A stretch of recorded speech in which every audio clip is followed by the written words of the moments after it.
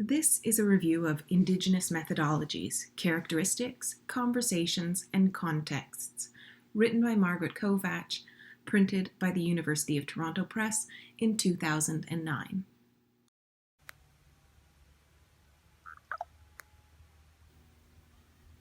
Scholar and author Margaret Kovach says, "We know what we know from where we stand." In her book, she explores epistemology, or different ways of knowing. She describes this as a system of knowledge that references within it the social relations of knowledge productions. Put simply, this is the self in relation. So today, I stand on Anishinaabe land in Pikangikum, Ontario, which is part of Treaty 5 territory.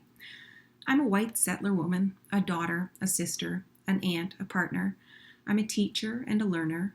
I am the sum total of all the parts of my life and lived experiences to date. This review is colored by my understanding, experiences, and perspectives. My interpretations are being constructed from the associations that I provide. An interpretation is a changeable and dynamic process, colored both by my understanding and my emotion. Kovach acknowledges the difficulty and challenges of providing an accurate and authentic picture of others' perspectives, and I feel that struggle here as I attempt to interpret and share information from both her book and her intertwined narrative.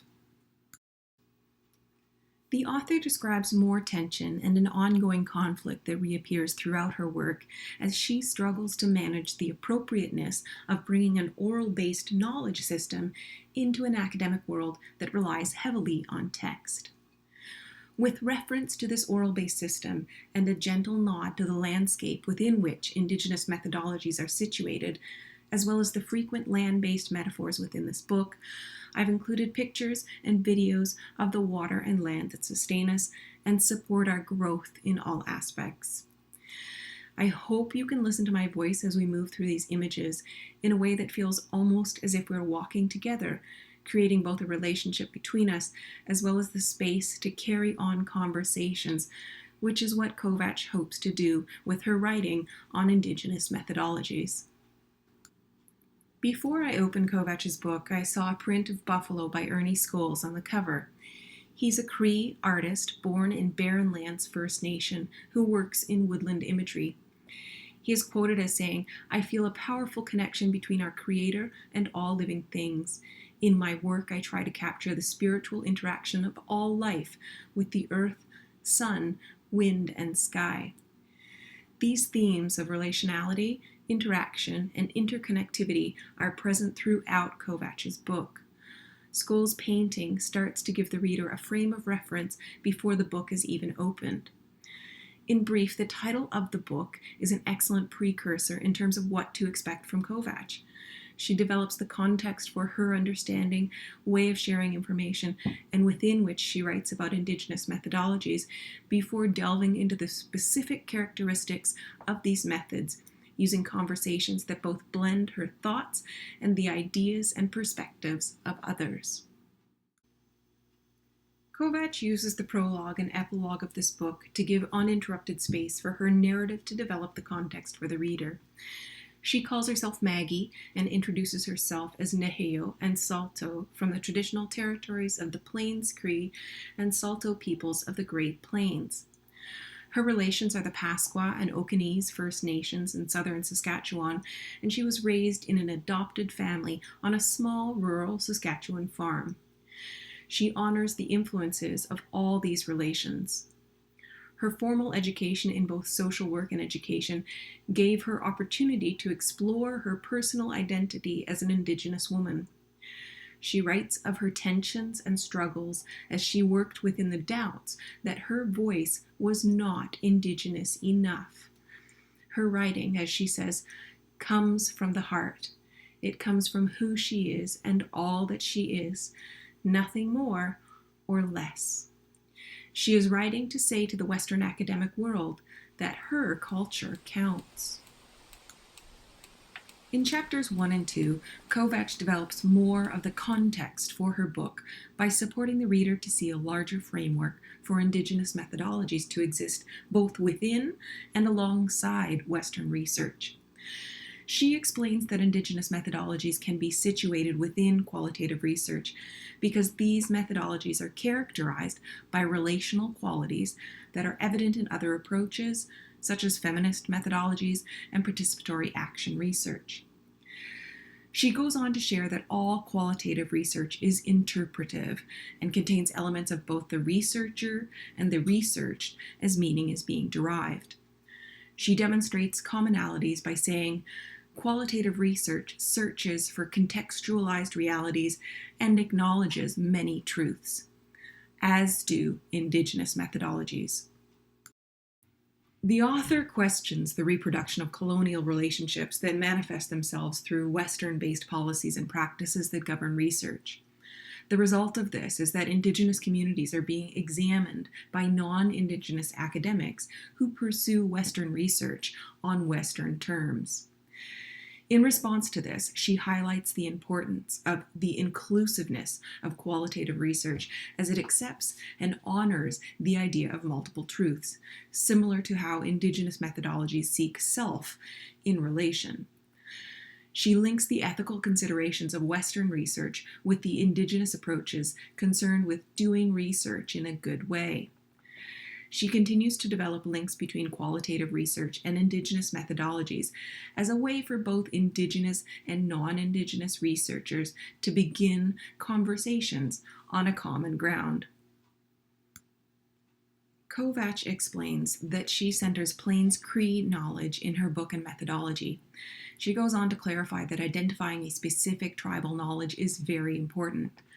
This individual tribal approach does not homogenize all Indigenous practices, creating a pan-Indigenous perspective. Each specific tribal view holds common ground with other Indigenous groups because they all share a similar worldview and enduring beliefs about the world. She says, knowledges are bound to place, but the underlying epistemology for approaching the research is familiar to all Indigenous people. Chapters 3 through 8 are written essay style and contain the heart of the book. Each chapter shares characteristics of Indigenous research, and they're meant to be read with a holistic interpretation as they're all interconnected. Kovacs says it is not one singular aspect of Indigenous inquiry that makes it unique, but the combination of each as they work in concert that forms a distinctive whole. Each chapter integrates a conversation with an Indigenous scholar researcher to provide a range of perspectives and contexts for Indigenous methodologies, as well as to honor the importance of story in Indigenous research. Chapter 3 shares the importance of the connections between Indigenous knowledge and place. Kovacs says, what we know flows through us from the echo of generations, and our knowledges cannot be universalized because they arise from our experiences with our places. Kovacs carries on to explain the importance of the acknowledgement of a worldview that honors the present and the idea that we know what we know because we are here now. She quotes Cree elder Joseph E. Couture as she explains the importance of process and the concept of here and now in Indigenous research. He says, everybody has a song to sing, which is no song at all. It is a process of singing. And when you sing, you are where you are. Chapter 4 highlights Indigenous research as resistance research and suggests the incorporation of a decolonizing approach. The first section of this chapter is called Going Forward Means Looking Back, and Kovacs highlights some of the ways in which colonization violently marginalized Indigenous ways of knowing.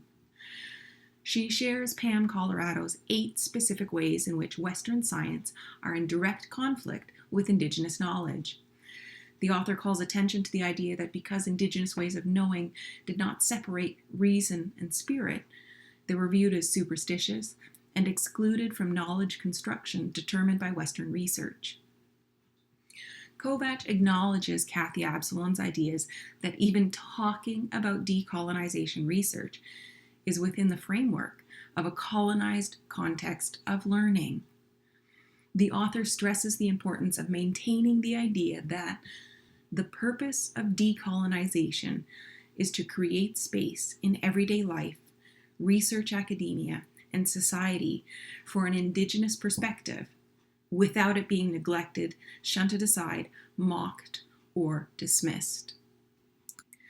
Chapter 5 invites the reader to examine the connections between knowing, story, and research. Kovach says, story and Indigenous inquiry are grounded within a relationship-based approach to research. And relationships mean time and trust and responsibility to each other. In an oral culture, stories are alive and filled with the energy of the storyteller and that important relationship that exists between the teller and the listener. A written story becomes a final product that is later interpreted by a reader. Kovach acknowledges that there are times when Indigenous stories need to be written in order to be heard, but story as Indigenous methodology is a decolonizing approach. She finishes this chapter with the idea that stories are who we are, both method and meaning. Chapter 6 situates self, culture, and purpose in Indigenous inquiry. Kovach highlights the almost intuitive act of self-location as it relates to the protocol of introductions and stresses that Indigenous knowledge systems are about interpreting the world from a place of experience. The development of purpose and motivation is inherent to knowing and locating self within research. Kovach notes the similarities between a Western research question that directs and frames the intended research and the Indigenous approach to developing a purpose statement that answers, what is the purpose of this research? How is the motivation found in my story? And why and how does this research give back to the community? Understanding self in relation makes the research strong and purposeful. Chapter 7 comments on specific Indigenous research methods and interpretations, such as how knowledge is gathered. Kovach stresses that Indigenous research methods are presented throughout her book, and she worked through discomfort in attempting to develop a chapter that isolated methodologies. Again, she highlights the interconnectivity and interdependence of methods, methodology, and epistemology in relational Indigenous frameworks. The purpose of this chapter is to accent specific research or knowledge-gathering methods and their specific implications within Indigenous research. Kovach shares information about the aspect of cultural protocol as it relates to method and inquiry and stresses that, at a base level, this is about respect. Western ethical protocols can work alongside Indigenous cultural protocols to safeguard against the colonial extractive methods of research. In Chapter 8, the author talks about doing research in a good way and positions reciprocity as an ethical starting place within Indigenous research practices. Kovach highlights specific reports and policies that have been integral to bringing awareness to Indigenous research approaches, such as the Royal Commission on Aboriginal Peoples, as well as the phrase ownership, control, access, and possession, which was first coined by the First Nations Regional Longitudinal Health Survey. These 4 principles work to counteract exploitive research practices. Kovach focuses on the relational research approaches built on the idea of reciprocity and giving back to the community as a theme of the collective responsibility of Indigenous researchers. Chapter 9 gives further context for situating Indigenous methodologies within both qualitative research and the vast landscape of Western academia. Kovach talks about the challenges faced by researchers working in divergent communities and reminds readers that supporting Indigenous methods means supporting Indigenous researchers. To support Indigenous scholarship, Kovach suggests the decolonization of self and institution by exploring one's own beliefs and values about knowledge and how it shapes practice, as well as doing the relational work. The author writes, engagement with Indigenous knowledges means engagement with Indigenous peoples, communities, and cultures. In conclusion, Kovacs shares that Indigenous inquiry is a relational methodology. Its methods are dependent upon deep respect for those or that which it will involve, and those or that which will feel its consequence.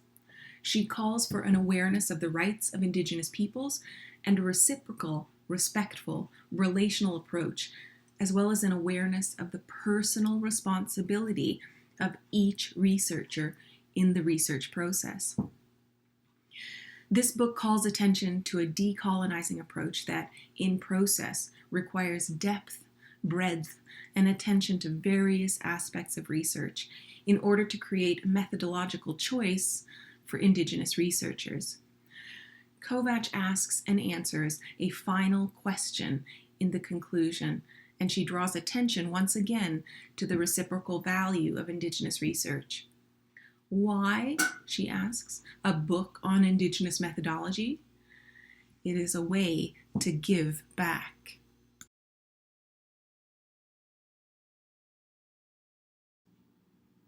One of the author's aims in this book is to contribute to Indigenous research frameworks in a way that is both useful to Indigenous and non-Indigenous researchers.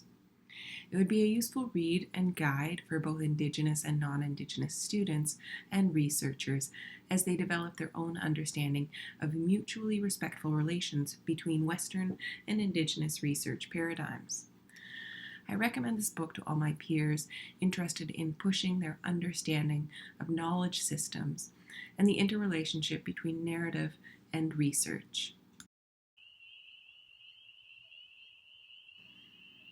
This book gives me space to question my personal values and belief systems and how they're connected and related to understanding concepts of truth and knowledge. Kovacs asks, at what point can we say that we do indeed understand something? In an education system focused on mastery and completion, I take this time to consider how doing is related to knowing. The biggest takeaway for me is the idea of story as Indigenous methodology. The idea of story as a decolonizing approach. As I close, listen to the words of Richard Wagamisi as you consider the characteristics of Indigenous methodology and the specific and central theme of the concept of self in relation and stories as method. All that we are is story, from the moment we're born to the time we continue on our spirit journey. We are involved in the creation of the story of our time here. It is what we arrive with and what we leave behind. We are not the things that we accumulate. We are not all the things that we deem important. We are story, all of us. What comes to matter then is the creation of the best possible story we can while we're here. You, me, us, together. When we do that and when we take the time to share these stories with each other, we get bigger inside. We see each other, we recognize our kinship, and we change the world, one story at a time.